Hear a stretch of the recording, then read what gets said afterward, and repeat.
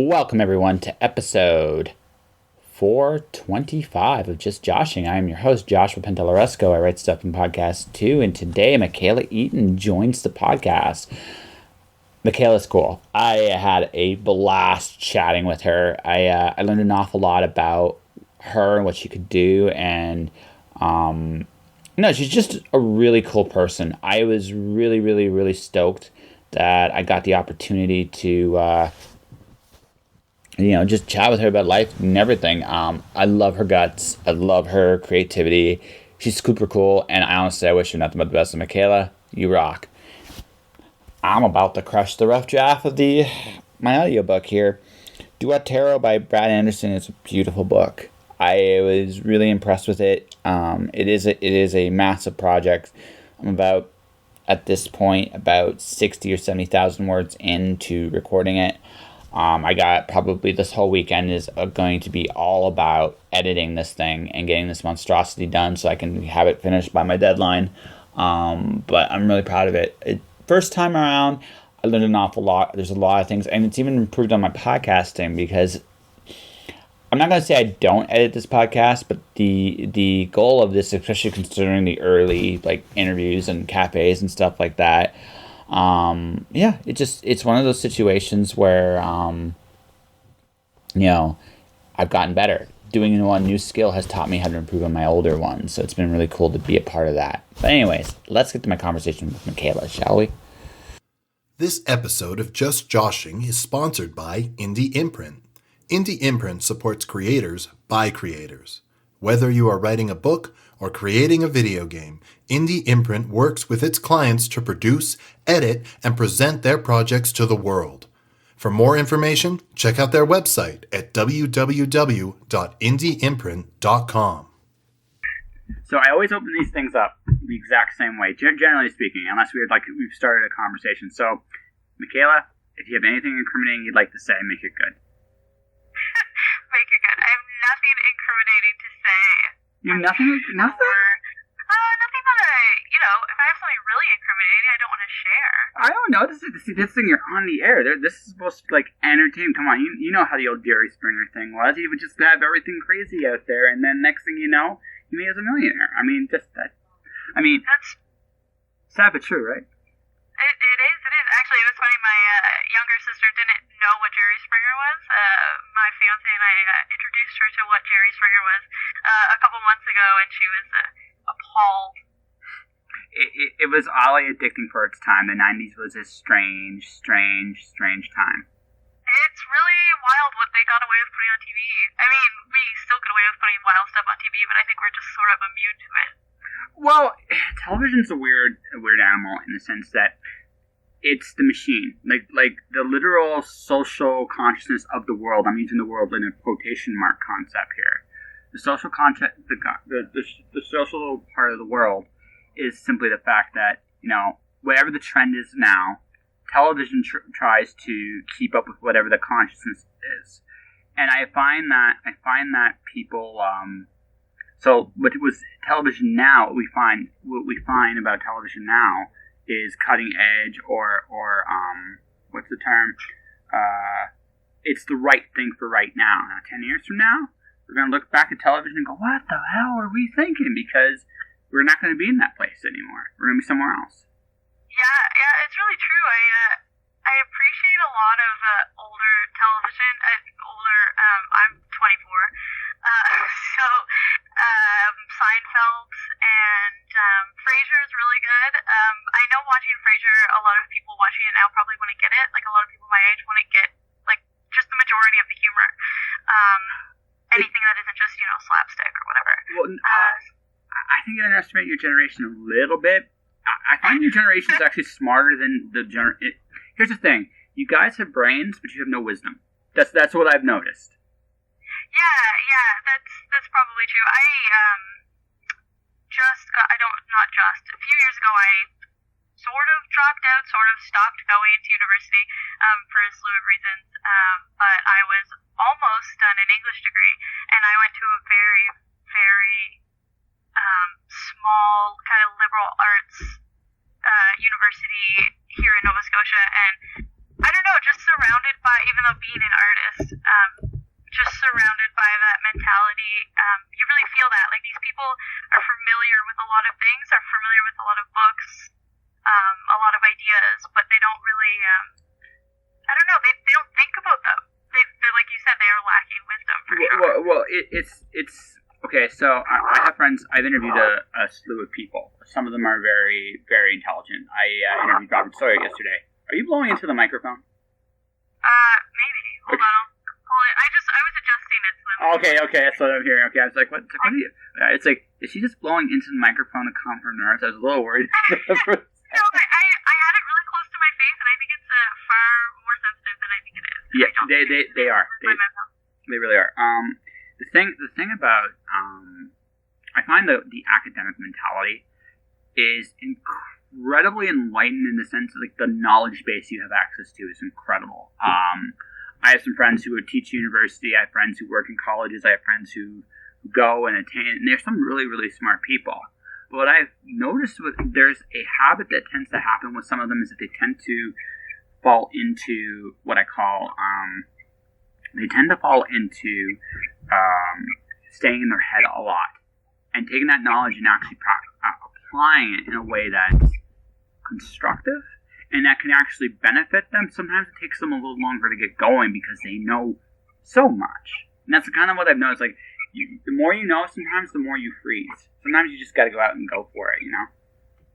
Yeah, and I think a lot of people have a problem, like, applying knowledge. Like, they learn things, memorize it, and, like, especially when it comes to, like, moral codes. Like, in university, I took a kind of basic history of the Western canon or Western thought. And so you learn a lot of different philosophies. And what I found was people would read one and become familiar with it, fall in love with it, and just follow it to a T rather than, like, applying the wisdom that's in it to situations and to the modern world. Because a lot of these are, 100-year-old philosophers, like, far older than that.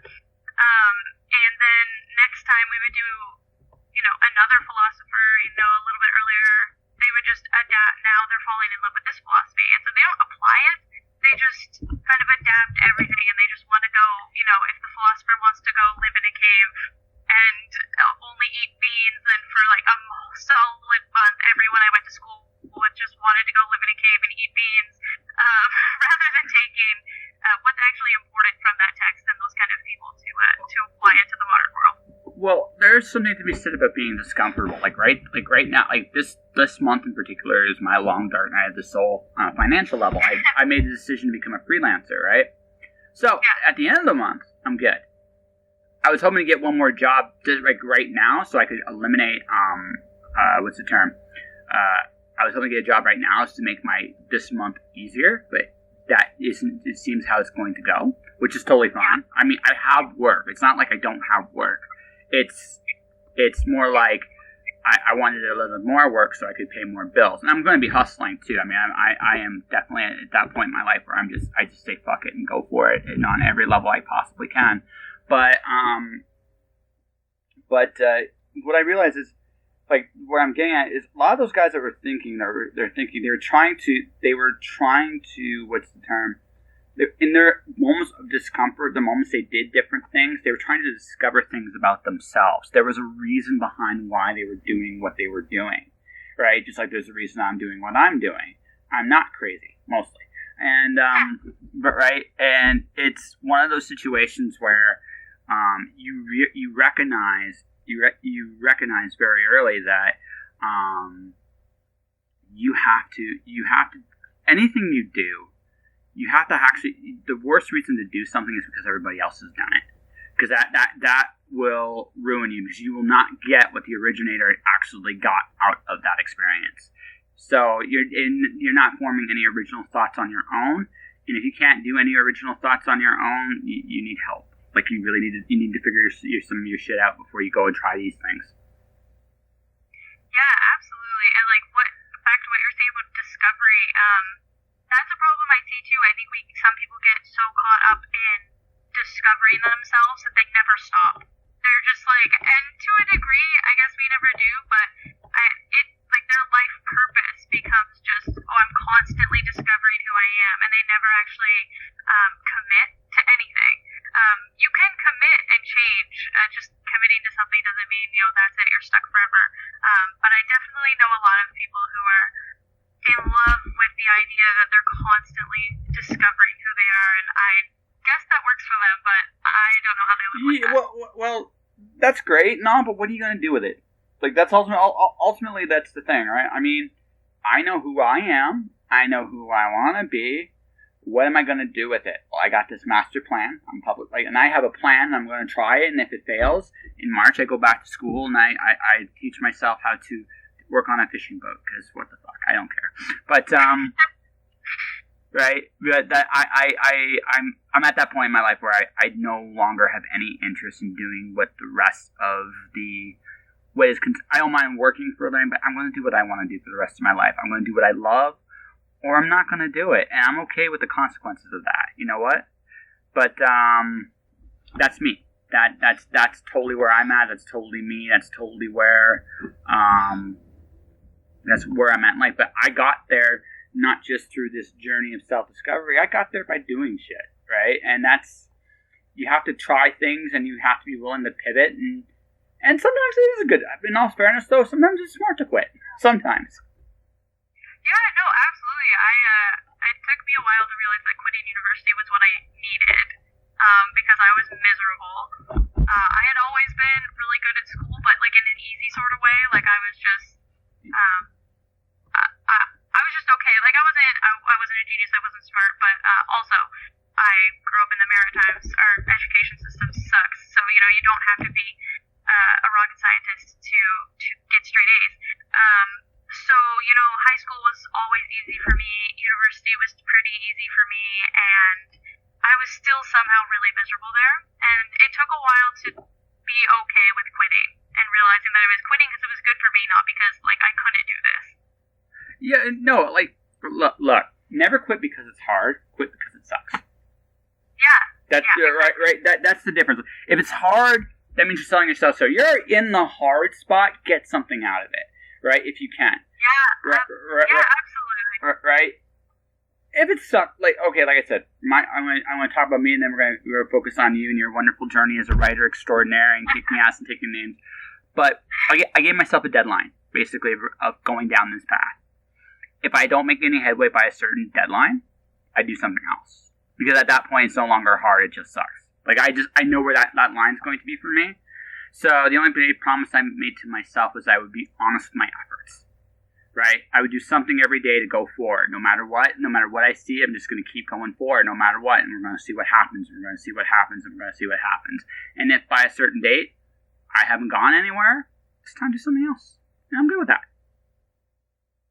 Yeah, and I think that's the most important thing. And I think I see a lot of people get to that point where they're just like, I'm going to commit. I'm going to set this goal. And if I'm not seeing anything, by a certain point, if you're not seeing anything, it's not your fault. It's just not in the cards. And so, move on, and that's when it's time to move on. And at that point, it's not quitting. It's just you followed through with what you said you were going to do, and like you said, you didn't quit because it was hard. You quit because it sucks. Yeah, that's it. Like we all have to. We just gotta be honest with ourselves, right? I think the most important thing, where most people screw up in life is they don't. It's not whether you succeed or fail. To some degree, some of that is out of your control. Some of that is, right? Not always, but some of that is. And what is in your control is always the effort you put out, right? That's the important part. You don't. It's important to give it your all. Be honest in your efforts, because at that point, even if it doesn't work out, you'll get something for it. Yeah, totally. Even just a good habit. Yeah, well, not even that. Yeah, I like I said, I'm older / wiser. We'll debate the wiser thing another day. But everything I've done has led somewhere. Even the failures have led somewhere. So it's one of those things where I just learned it's okay to fail, right? But give it your full effort, because at that point you leave no excuses and you have no regrets. Yeah, no, I 100% agree with that. All right. So, Miss Mckayla, You are an author extraordinaire with plans for world domination, or so the rumors are sold. I may have just made it up on the spot. I don't know. But how do you get what made writing your thing?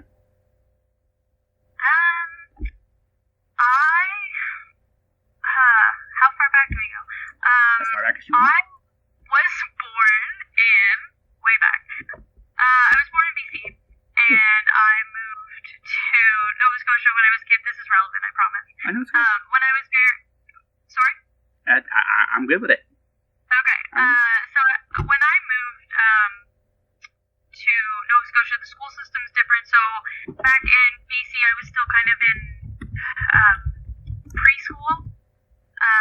But out in Nova Scotia, they don't have preschool. They just kind of throw you into grade 1. So I was behind. And they don't teach you to read in preschool out there where they do here in primary. And so I was behind, and I came in the middle of the year, and I had this awful, awful teacher. Just a monster of a human, and her name was Miss Man. I can't make this up. I can't make this up.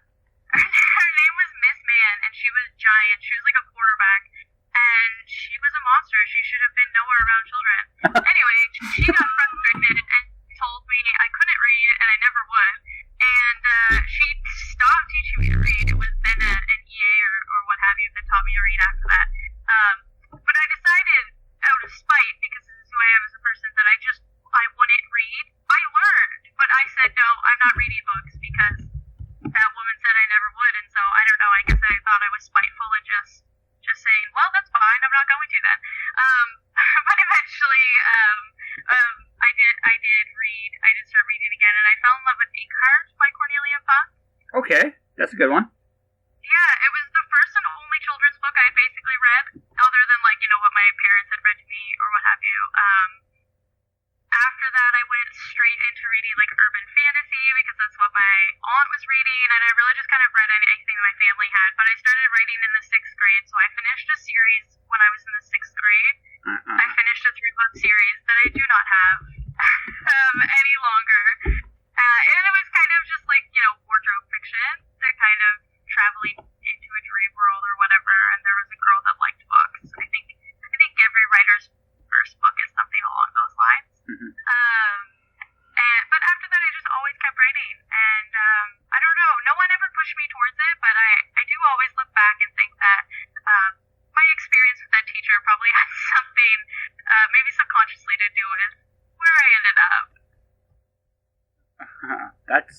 I'm jealous. 3 books by the time you were in the 6th grade. That's amazing, actually. Yeah, they were crap, but No, it doesn't matter. You finished. Honestly, doesn't matter. You finished 3 books at 12 years old. That's drive. That's awesome. Congrats. Thank you. I wish I had looking back now, I realize that that's an accomplishment, but at the time, I didn't think it was, and neither did anyone else, because everyone else was just like, oh yeah, that's the girl that writes. So, looking back, I wish I could have at the time been like, yeah, I just wrote 3 books. This is cool. Instead of just being like, oh, whatever, then, like, ditching my manuscript. Well, no, I might write 2 this year, and I'm thinking, like, I've accomplished something, but no, 12-year-old you kicks my ass. That puts things in perspective for me. It really does. I do not have that writing ethic now. I do not write books that fast now. Well, you see, you know what you're doing now, right? And that's the thing. It's weird because for me, this is how my writing style has evolved a bit this year, right? I'm slipping more toward the plot side of the force. I'm going down that dreaded path because I find I write better when I have a very clear picture of what I'm supposed to do in my head. It doesn't have to be like I'll never be like a full. Well, in this scene, this exactly happens this way because I think I'd kill myself. But I do what I do is I do three sentences about the chapter, in terms of the imagery I want to convey, the big beats that must happen. For example, I had to have in my last chapter I wrote, my main character had to use a cop as a hostage. And a buddy of mine wanted to be a villain in the story, so I made him as much of a douchebag as I could. And when she knocked him out, he actually started snoring. I thought it was like a cool little thing I added to it. I panned some of the little details out, but The plot was she knocks out cop, takes hostages, escapes her prison. Okay, done. That's the next chapter. I go back to how she became a got kind of where just to go back. I'm going back and forth, past and forth. But there's a plot and there's a structure, and the structure actually makes me write faster because now I know where I'm going and I have a clear idea of what needs to happen. Yeah, that's how I start writing my outlines, and then I get carried away and I stop doing that. But I do write outlines now. I didn't used to, and they definitely help. I just finished. I'm working on Epic Fantasy right now, and I'm only like 3 chapters in, but the outline is 40K. Jesus. Yeah, the outline for the book is 40K. And I wrote that. I probably wrote that in a week and a half. Dear God. It was, and it's just I don't have paragraphs. Jason, my fiance, it makes him sick to look at it. It's just like after page after page of text. It sounds like a giant brick. That's what it sounds like. It is. Yeah, it's a giant brick, and he's probably your fiance's probably like, what do I do with this? When are you done? Right, because you can't read it. Like there's nothing he can do to like even help you because this is a plot. This isn't even a story. This is. Oh yeah, and it's just like right out of my head. I'm like, this happened, then this happened, then this happened, and like sometimes there's mental jumps that I definitely didn't write on the paper, and like only I know. Yeah, it's probably totally unreadable to somebody else. Totally unreadable. But it makes me write the chapters faster. Yeah, no, it does. No, because you once you have a clear picture of where you want to go, I find it makes it easier to. Now I know what I'm doing. Like what I'm doing now is, so I have what I call the pre-beta drafts now, which is the what I call the marble draft, where you take a. Did you ever do the kindergarten thing where you took a marble and paint and you rolled it along the inside this like box? Did you ever do that? No. It's awesome. But I want to do that right now. See, this like I said, the wiser thing may not describe me personally very well, but I digress. The thing I'm getting at with it is, so the first draft is just I have, again, it's a little bit more structured now, so I will let myself make messes, and I don't worry about it being good. The second draft is me cleaning up those messes. Okay, what about this works? What doesn't work? And then the third draft is what I call the let's make the images connect together better. And then I go to the betas, and then the fourth draft is once more with feeling, and I add feelings and stuff to the stuff because feelings are important. And also if my story kind of took a left turn took the wrong left turn at Albuquerque, one of my betas go, hey, listen, you jumped. I don't know why you jumped this way, but you jumped. I did not jump this way, and then I read it again. No, I did jump this way. Why did I jump this way? Yeah, I've definitely been there. I have only just started using beta readers, but I do have like I don't know, alpha reader. Some people call them critique partners. And she's not a writer, and that really helps. She's an artist, but not a writer, and she's a dancer, and I've grown up watching her dance and watching her tell stories that way. And she reads everything I write, every short story I've ever written, every book I've ever written. She's like literally gets it the moment after I'm done writing the first draft of the chapter. And she can read that block of text, that 40K block of text with no breaks, and say, yeah, this is going to work or this isn't going to work. Like she's that good at just knowing me and knowing where my stories are going. And it's so helpful. It's so helpful that she can read a chapter and get back to me and be like, you lost me, like this character needs to be doing this. I know you're trying to get them to do this. And it's so helpful. And then when I started using beta readers for the first time, I was kind of expecting that sort of feedback. I was expecting this person who had known me my entire life, who knows exactly how I tell stories, to give me feedback instead of the strangers on the internet that I hired to beta read. Well, I didn't hire. They graciously volunteered. Because I don't have that kind of fun. And they gave me good feedback, but it wasn't what I was used to and wasn't what I was expecting. So I'll still use beta readers, but definitely to like a limited extent. And I need the draft more polished before I give it to them, because a lot of the feedback was like, this is dry. And my response to that is, yeah, I know, but I'll go fix it later. And my critique partner gets that and knows and just kind of skims over that. But beta readers certainly expect a more polished draft. It depends. I'm going like, I have already talked to a couple people for beta readers, and basically the big issue is like, does anything in here confuse you? That's all I really care about. I don't care about anything else right now. Does anything in here confuse you? And if so, why? Right? Yeah, and that's the biggest question. And really, when we're looking for feedback, I think that's the only thing we really want to know is, like, does this make sense? Is there a whole year time span that I somehow missed? In this book? Because that can happen. You know, everything's in their head. No, there's that. I mean, there's that. But sometimes, like I was a beta reader for a friend of mine, and she was making this character who was hunting beast, and it's a good story. It's a cool story. But I told her, it's like, you know what you really missed out on? I think you should, if I were to do this, if I were to retell the story my way, I would you should show off her hunting skills more. Because I would show you a lot more of what she does. It would change your voice a little bit, right? It would definitely do that. Says, but I think it'd be a small nuance that would add credibility to your story. If a beta reader gives me that kind of advice, I'd at least hear it, because that's not. It's a good suggestion. It's not like, oh, this is technically wrong. No, it's not that. It's, oh, have you considered this? Maybe I should. That's a good use of that, I think. Yeah, that's the kind of feedback that you're looking for too. Is like, have you considered going in this direction? It's like I'm kind of lacking this one aspect of this character, and like, you know, one way to do that could be, you know, X. Yeah, you know, X could work. I mean, you don't have to do X. You can do Y, Z, or A, or I don't care, but just fix that. Yeah. Right? That's good. Now, when you get a person like, everything you do sucks, I hate you, then you probably shouldn't use them as a beta reader. They have their own problems. You pat them on the head. You give them a cookie, not with your hands. Do it with a stick. You give them a cookie, and then you run. That's what you do. Yeah, it's true. Yeah. Yeah, so how do you feel? Do you still feel nervous? No, I don't feel nervous anymore. Excellent. I'm glad I can't hear my own voice, because that would make me more nervous. It's awkward. Like, I've been doing I've done a lot of podcasts. Even now is the weirdest thing.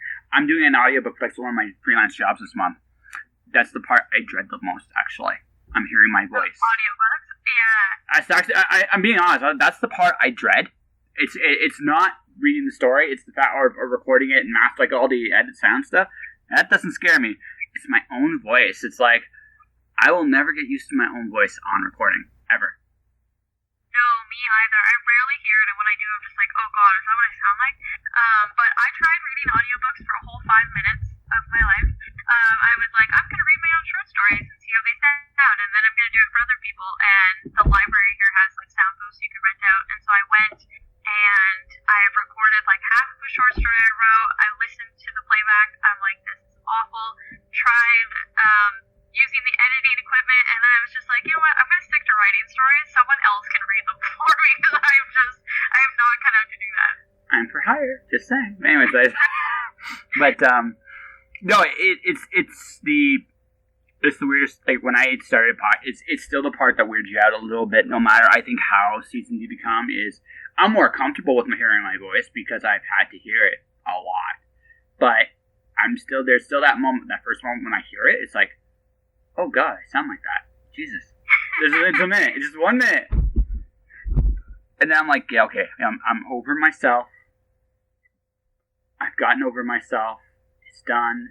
It's over with. I can move on and be more mature in crap. Or, I don't know. I try this maturity thing. I don't think it's for me. I could be wrong about that. So what's your master plan? Like what kind of writer do you want to be? Because now, today, especially, writing, you can go a number of different business paths. So what do you want to do? Yeah. I want to be Brandon Sanderson. Okay. I want to write epic fantasy. I want to go the trad route, but I'm like right now. I'm gonna do hybrid, so I went indie with my first book,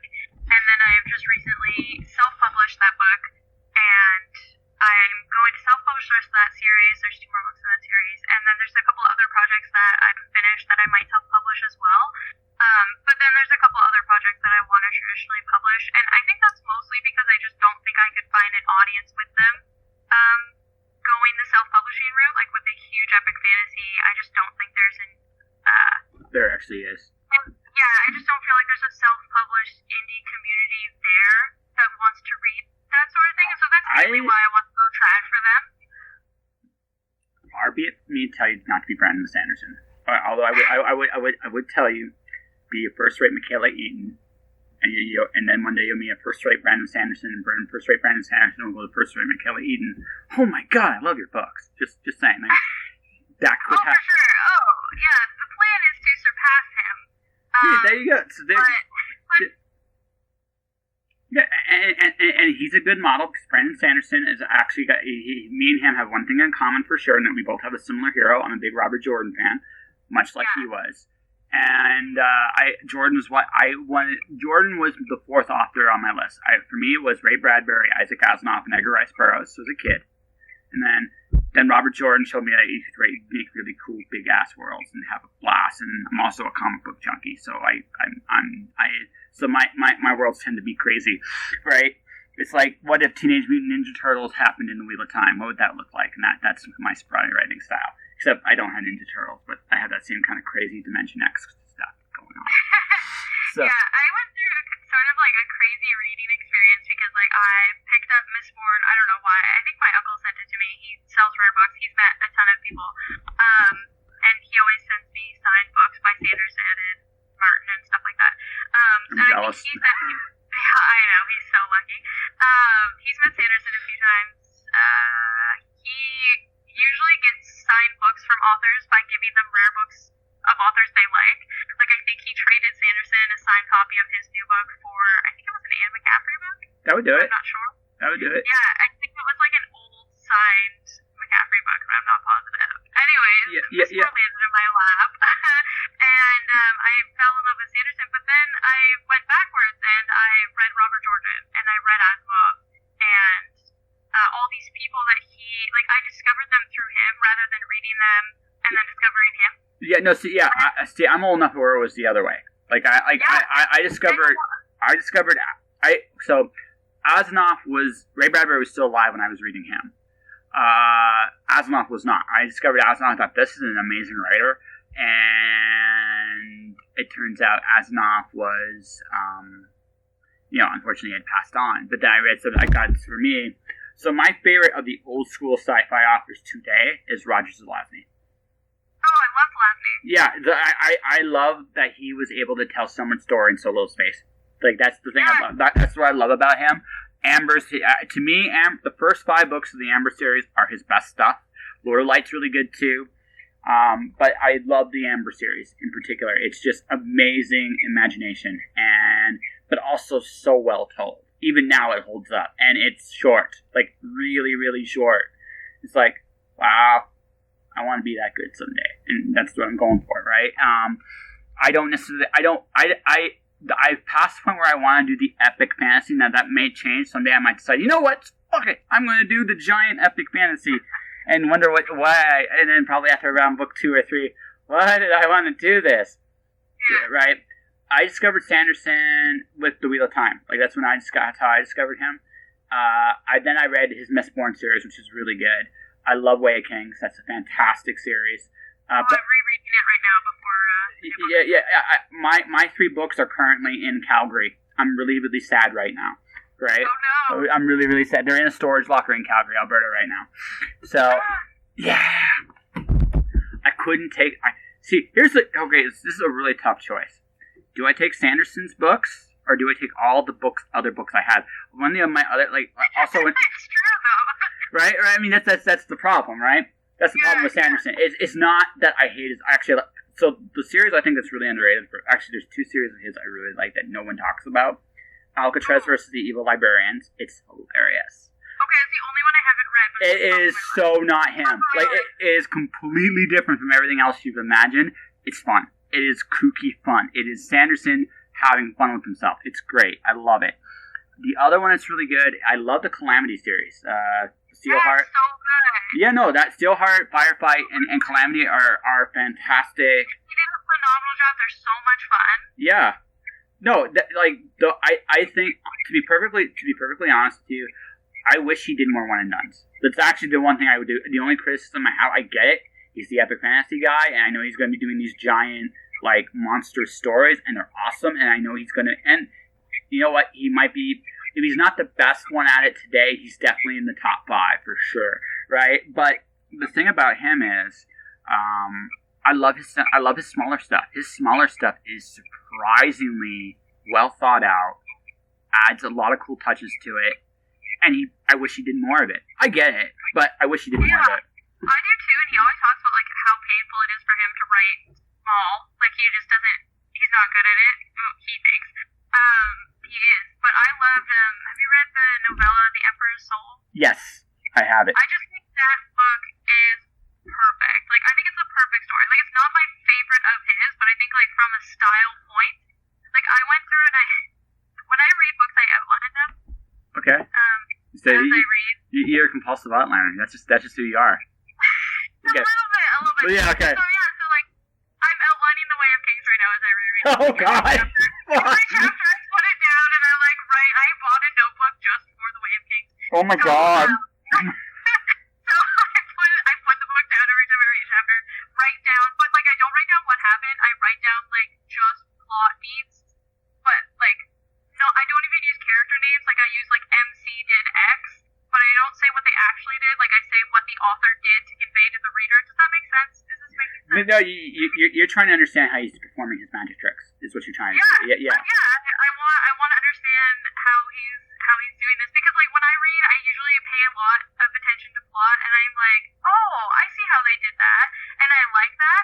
But with Sanderson, I tend to get so swept up in the story that I forget to pay attention, and so the only way I can make myself pay attention is as a writer, like to keep my writer brain on, is to actually outline the book. So I'm outlining Way of Kings, and you are.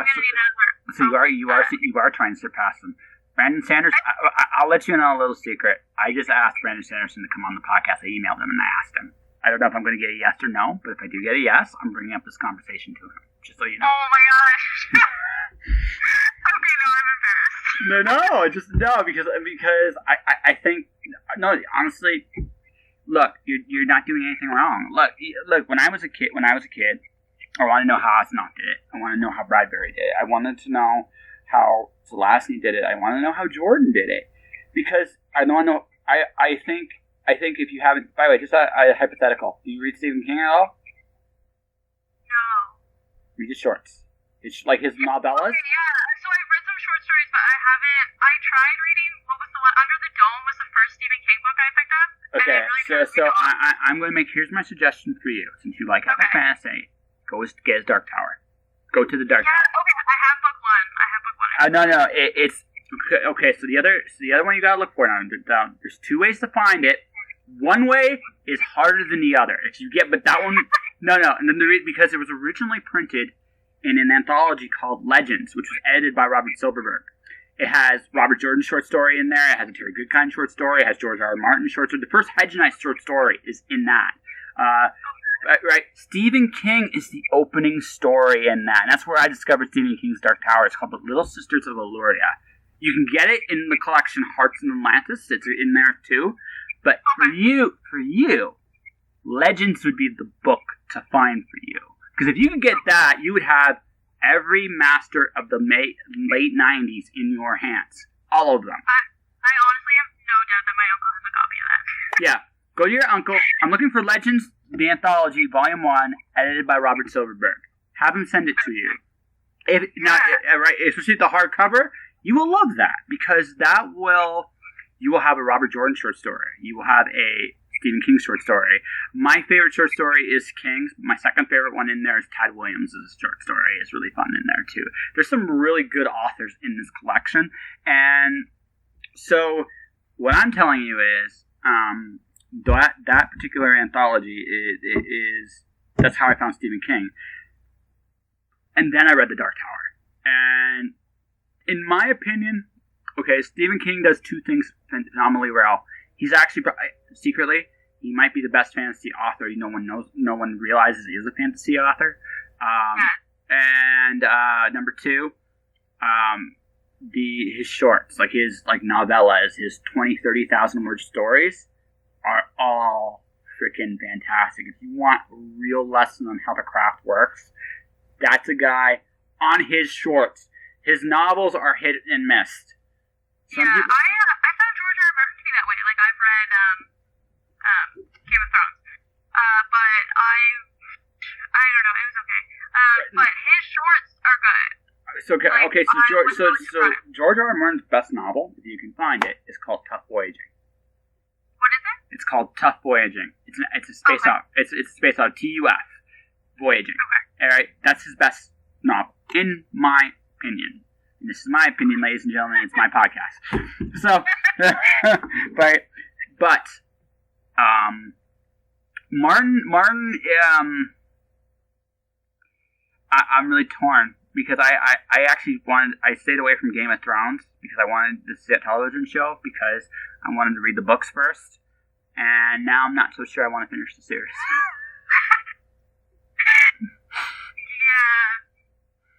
Yeah, neither were awesome. Well, actually, okay. So books 2 and 3 of Game of Thrones. I had book 5. I never got to it. Figure if I knew when the date was for book 6, I'd do it.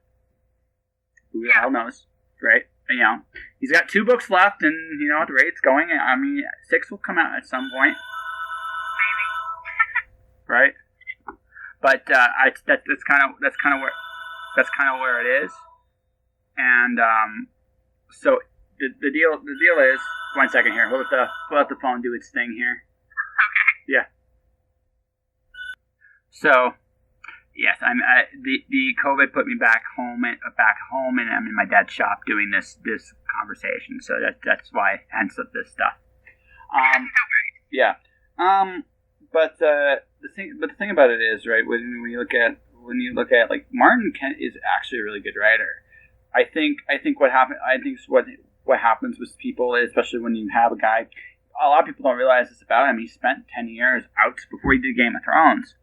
He spent about 10 years in writing television for a long time, and so he's always had commitments back and forth. That's part of the reason why it's taken so long too.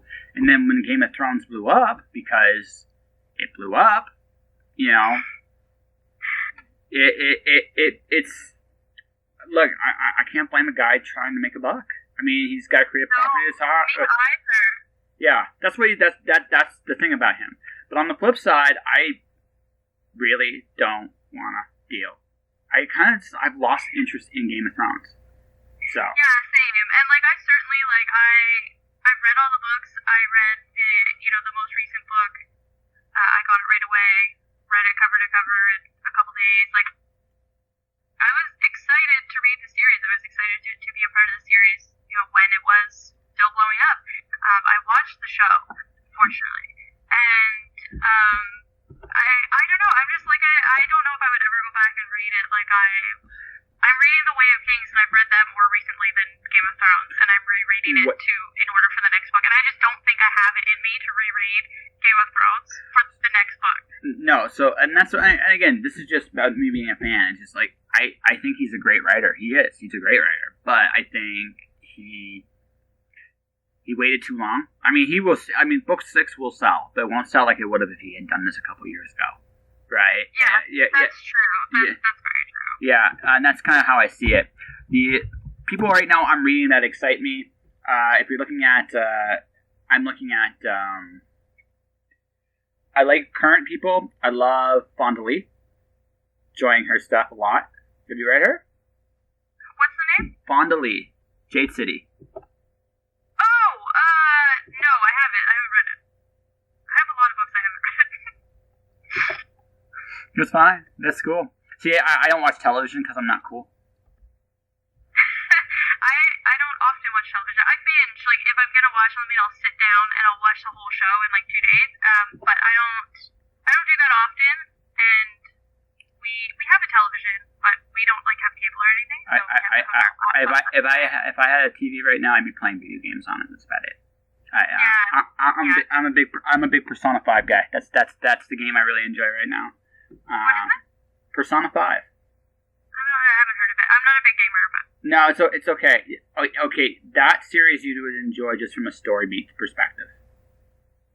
I played oh my gosh, what is it? I'm not a big gamer. There's I don't even know how to explain it. It's like a horror video game. That doesn't narrow it down. I know, I'm not narrowing it down. Anyway, it's about it's like in a dystopian world. I think it's underwater or something. There's like these big robots, and they have these little zombie girls that go with them everywhere. Anyways, Okay. I played it. My fiance talked about it so much, just that the story was so good, and so I tried playing it. But I don't do horror. I like it, like aesthetically, but I can't. I don't do horror, and I don't do first-person shooters. So I was literally screaming to myself while I was playing the video game. So that definitely wasn't for me. But yeah, that's my most recent video game experience, and it obviously wasn't very memorable. So Persona. I like. Okay, so I'm a sucker for it. It's an RPG series based out of Japan. Usually it's like a two worlds. The game style is similar in the fact that you have a main character protagonist who doesn't speak. It's one part Final Fantasy, one part Sims, but surprisingly really well thought of. Everything from the music to the game style, the play.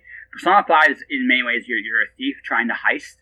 Trying to steal you're trying to steal people's treasures in order to actually free them from their desires. It's a really cool. It's an interesting concept about. It's a Jungian concept. It's really really really cool, and like I said, it's interesting. It deals with a lot of Japan's issues in terms of how they view certain types of people in society. The concept of justice is a big theme. And it's really, really well thought out, and it adds to the mythology of Persona 5. So obviously there was a 4, 3, 2, and 1, so it adds to that mythology as well to boot. So it's an interesting. I really dug the game. I thought it's really well thought out. It was put together in ingenious ways, and it's probably the best. The first 20 minutes will hook you. It's one of the best 20-minute openings I've ever seen, and vicious, and it hits you super hard. And then when you start the story, because you don't know when that point is when you get back to that point, right? And it's like, holy shit, is this good? Like it was super. So I enjoyed that. I enjoy games like that have that kind of depth to them, and I do think video games is definitely an untapped. Especially writing-wise, is a very untapped area still. Yeah, that's what I was going to say. I think it's fascinating too. Like I said, I was kind of going backwards and, reading Sanderson and then reading kind of his inspirations. And you can tell who played video games. Mm-hmm. Like, I didn't play that many video games, but Jason plays video games. I grew up watching my cousin play video games. I'm a sucker for just going on YouTube and watching video game cutscenes, and video games tell stories in a way that nothing else really does. And when I pick up a book, I know if the author has played video games. Oh yeah. Or grown up with video games. It just totally changes. It has such a big influence, I think, on Sanderson. Reading him, I feel like I'm playing a game, which is really cool. He's also a big Magic player.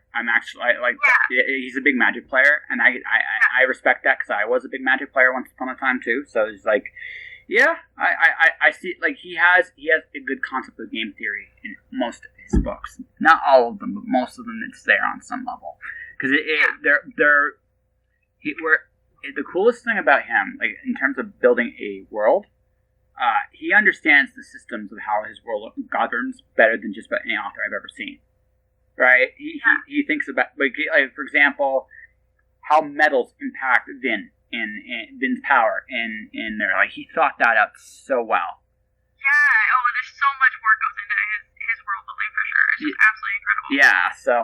Yeah, this is so you're taking it, you're outlining, you're copying his notes, you're trying to figure out how he plays his magic tricks. I am trying to reverse engineer his way of being serious. Well, yeah, you're trying to reverse engineer it. Well, I hope you learn from it. No, actually, reverse into it. It's this weird Frankenstein monster. Mckayla Eaton, Frankenstein fantasy. It's a good gimmick. I mean, heck, that should be Frankenstein fantasy monster. Why? Because I reverse engineer fantasy books and figure out what makes them tick. It's alive. It's alive. Yeah, I really love just seeing like how he just gets through. Like, okay, he has a thing here where he needs to. This scene, like the whole chapter, is actually just about getting at the heart of this one character. Or this whole chapter looks like it's a character problem, but actually the entire 8 pages only exists to tell the reader this one hint that you're not going to need to know for 3 books later. And so some of this stuff you can only take notes on when you've already read the series once. Yeah. He drops hints way earlier than you think he does. Reading back, I'm like, oh my gosh, there's hints in chapter 1? He stole that from Jordan. Yeah. He stole that completely from Jordan. So one of the things they hinted at throughout the entire series was the male color. And when Rand finally got it on, it's like, oh wow, they hinted at this all the way back here. So early, yeah. Right, they hinted at this all the way back here. They hinted at this and he built it up. It was a process to get to that point, and it was like so clever. Although Sanderson was the one that paid it off, unfortunately. But it was Jordan's. Yes. It was Jordan's hand. You could literally see, and there was something I saw about in Towers of Midnight that played back all the way in book 2. It was like, holy shit! Like that was amazing, right? I imagine Sanderson had to do a lot of what I'm doing right now to be able to finish. No, he had the outline. Like Jordan so a lot of people don't know. For sure, yeah. But like, and also Jordan wrote parts of the last 3 books too. Like Towers of Midnight is probably the most Sanderson of all the books, right? Yeah. But Jordan did write the last chapter. Jordan wrote the first chapter, the prologue in Gathering Storm, and he wrote little bits and pieces of it throughout the rest of what he could, and he outlined everything else. So it probably with that one. That one's a very interesting one in the sense that, in that particular case, you have to be very careful. Like you were taking, this is just me from my comic book background. You take characters that people love, and your job essentially is not to mess it up. That's essentially your job. It's already set up. Your job is to send. I mean, you're going to add your pieces to it. There's no way to escape that completely, but it's not really like. And that's something I will ask him too. It's like that one wasn't really about you. It was about you honoring somebody, and so my gut would be like he probably stuck with whatever he was given. I'm sure he definitely added some of his own ideas into it. That chapter, the last battle, being like 200 pages. Holy crap! that was him. That was all him. That was all him. That was all Sanderson. Yeah. That was all him. That was like, oh my god.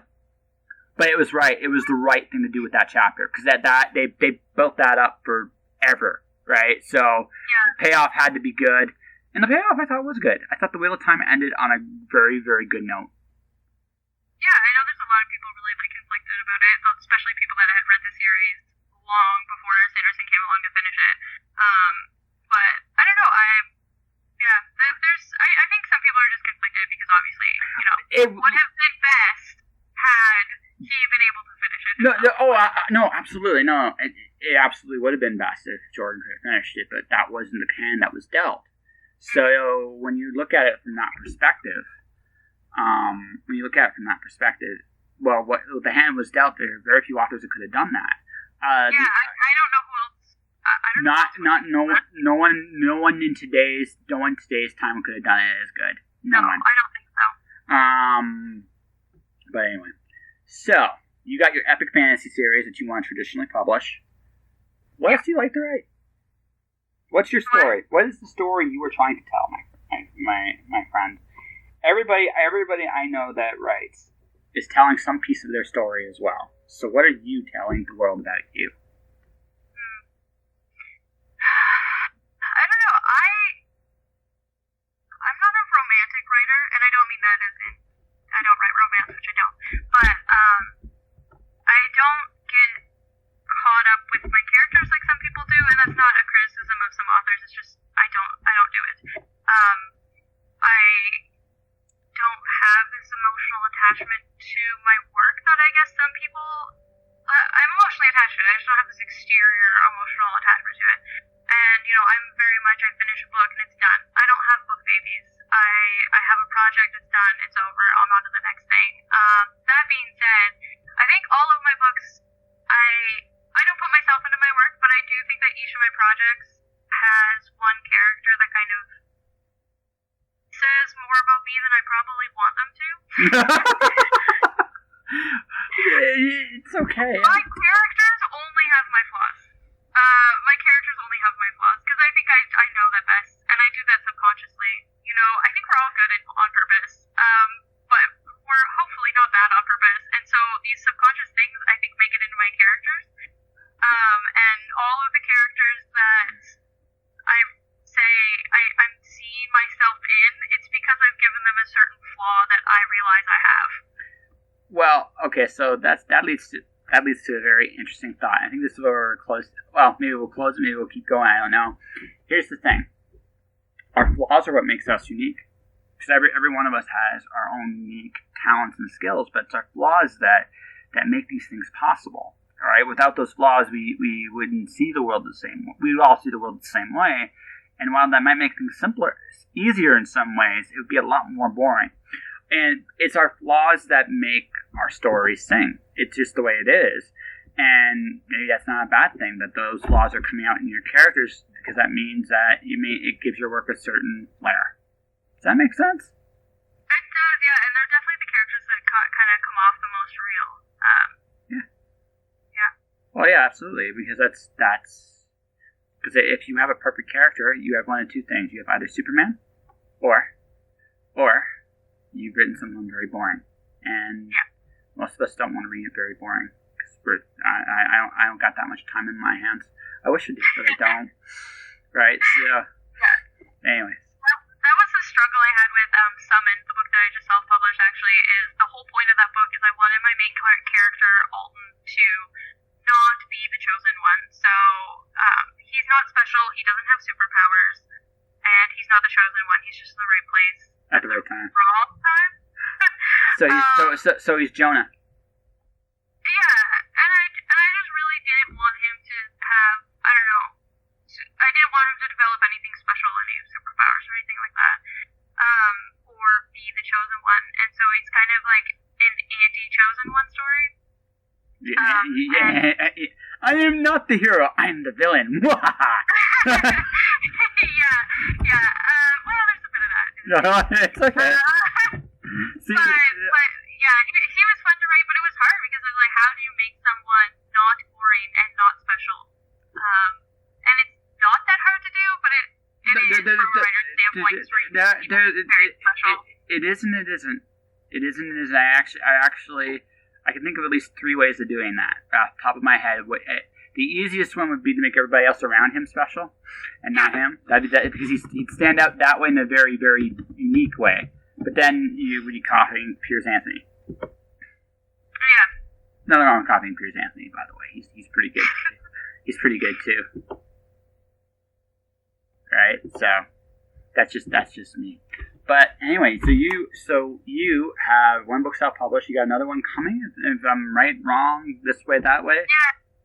The second one is I don't have a set date, but the second one in the series is coming up quickly, and I may be self-publishing a sci-fi Catholic space opera novella. A sci-fi Catholic space. So are they going to be sorry about everything they did? I'm sorry.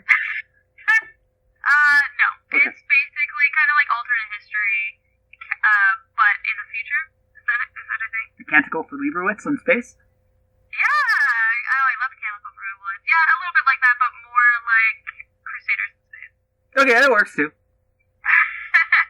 Crusaders in space. More space. Less. Hey, listen. Paul Anderson made a career telling Shakespeare in space. There's nothing wrong with that. I listen. We all, like something I said earlier, we all tell the same stories. What makes it special is how we tell our stories.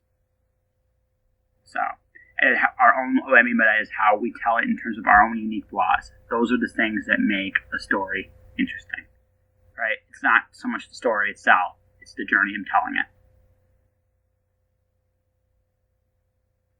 She goes, Yeah. Sorry? she just went silent on there. Did I just blow your mind or something? Mind blown. No, sorry, I was trying to listen to the audio kind of cut out a little bit, Okay. but I heard you. Okay. So you heard the end of that. Well then, Mckayla Eaton, I think we have an interview here. What do you think? Yeah? Yeah? I call it done. We call it done? So, As long as you have what you need. oh, I have plenty. We talked about your master plan to become the next Brandon Sanderson, and take his place or something to that effect, and other forms of villainy and Catholics in space and you having a 40,000 page brick of an outline. Like, you have a brick. I gotta get back to that. Yeah, you gotta get back to your outline. Tell Jason I understand his pain, because it hurt me listening to it. I can only imagine what it is to see it. If we ever do meet in person, which is a possibility, somewhere down the road we'll be at a writers' conference or at an event somewhere, bring the brick. I want to see it.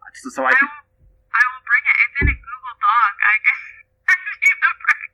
Yeah, I will bring the brick. Yeah, bring the brick. Drive, just in case I meet you. Yeah, just because then I'll meet your fiance at that point. But like, I feel your pain, man. I might skip a hug. There you go. I feel your pain. But honestly, it sounds to me, if you're very serious about this, it sounds to me like you really want this. So good luck, and I hope it all works out the way you want it to. Thank you. All right. So why don't you plug your current book or your next book coming out? This will be out around October-ish, just so you know. Perfect. Right. So just tell people. Pretend this is October. Tell people what's coming up, how it's coming up, and how people can find you. Oh my gosh. Okay. I don't know how to plug my book. I hate plugging my own book. It's easy. You just give a title. You say Catholic Crusaders in Space. It's or I Have a Brick. One of the idea too, and then tell people how to find you. It's easy. Can I plug my audiobook for my current book? Yeah, you plug what you want. This is your space. The only reason I'm talking is because you say I hate plugging my crap. It's like, plug! Okay, just a second. I just want to look up my narrator's name. Just a second. I have it right here.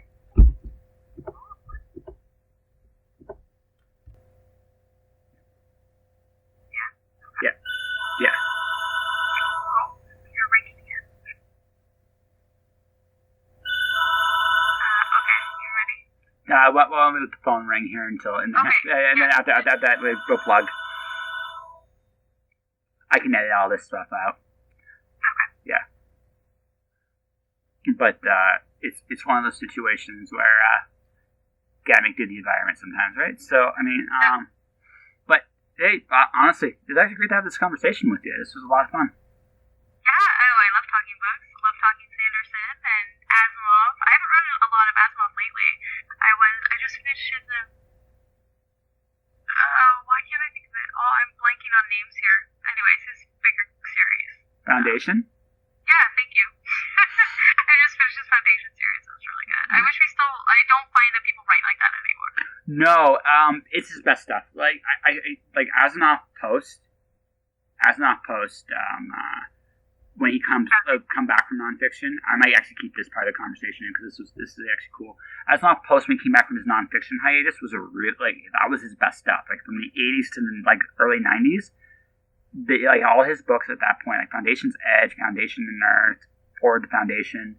There's some really good stuff in that, and I think his definitely nonfiction actually just spurred that. Just all of this info that he had been gathering just sort of went into that fiction after that. Well, I think it's also the fact that if you look at Asimov in the 50s and 60s, the Foundation trilogy is the exception, but even so, if you look at it that way, Foundation, his writing style had evolved between 1967 to 1982. There's a huge evolution in how he wrote.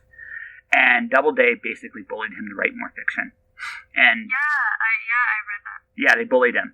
And they were right to bully him because that book was a #1 New York Times. It was on the New York Times selling list for 10 months. That's insane. Think about that. Right? Yeah. Right? And then when they never let him stop again. But him from the 80s, who he was as a writer in the 80s was phenomenal, but he didn't get there overnight. He got there over a period of time. Okay, plug away. Now we can go back to the plugging away here. Okay. You can get my YA fantasy novel Summoned on Amazon or Audible. The audiobook is read by Becky Merton, and she does a lovely job with my characters and really embraces their voice. All right. And how can they find you? You can find me on Instagram or on Twitter at Eaton_author. Okay. And my website is MckaylaEaton.com. Let me help you tell your story. I offer a variety of audio services. I will narrate, I will produce, I will edit, and I will master your file so that it will be ready for Audible and Spotify. And if you don't want me to narrate your story, whether you want to do it or get someone else, I will help you find the right person for the job. All in all, I just want to help you tell your story. Let me help you. For information on my rates and services, please click the link below in the podcast description, jpantelleresco.wordpress.com for more details. So that was my conversation with Mckayla Eaton. Mckayla has a lot of great books, has a great website, does a lot of cool things. She's awesome. Mckayla, thanks for coming on my show. You are welcome back anytime you like. I want to wrap up by talking about a couple things. This weekend from a newsletter, I'm previewing my next novel, my first chapter of my next novel. It's a rough chapter. I haven't really gotten around to editing it, so I'm kind of nervous about this. But I'm also on deadline, so I'm not going to be able to say anything really substantial. But I want to give my fans something fun. So for my readers, for my newsletter, you will get a special preview of my next book, which is Parallel Universe Dragon Slaying. That's what's going to happen. This weekend, also on the podcast, you're also getting my first of 3 presentations from When Words Collide. There's going to be story time for the next month. Plus, next week, if all goes to plan, I'm going to be previewing a bit of an audiobook I've been working on and show you the difference and what I've learned doing these story times. Because this has been a lesson for me, period. Going back to something I said at the beginning of this podcast, doing these skills have taught me new ones. And hopefully I'm a better engineer than I was when I started. And I never thought of myself as an engineer until this moment. Yeah, I play with sound. Who'd have thunk it? That will do it for this episode of Just Joshing. If you want to support the podcast, you can do so a number of different ways. Subscribe to the podcast. I'm on iTunes, Google Play, Spotify, Stitcher, Deezer, Audible. Find me, subscribe, hit the thing, say I'm awesome, say I suck. I don't care. Just put it out there. Let the universe know that I exist. Buy my books. Alice Zero is available now on Amazon. So is The Cloud Diver. Buy them. Between both of them, you'll pay $5. They'll be the best $5 you've ever spent. I promise. And if not, just don't tell anybody, okay? Merchandise, jpantelleresco.redbubble.com.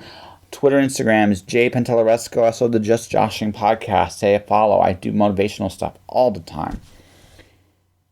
Outside of that, my YouTube channel is Josh Pantelleresco. Thank you for listening. Subscribe to the newsletter. The link's below. Stay inspired. Keep doing your thing. And I'll talk to you guys soon. Josh.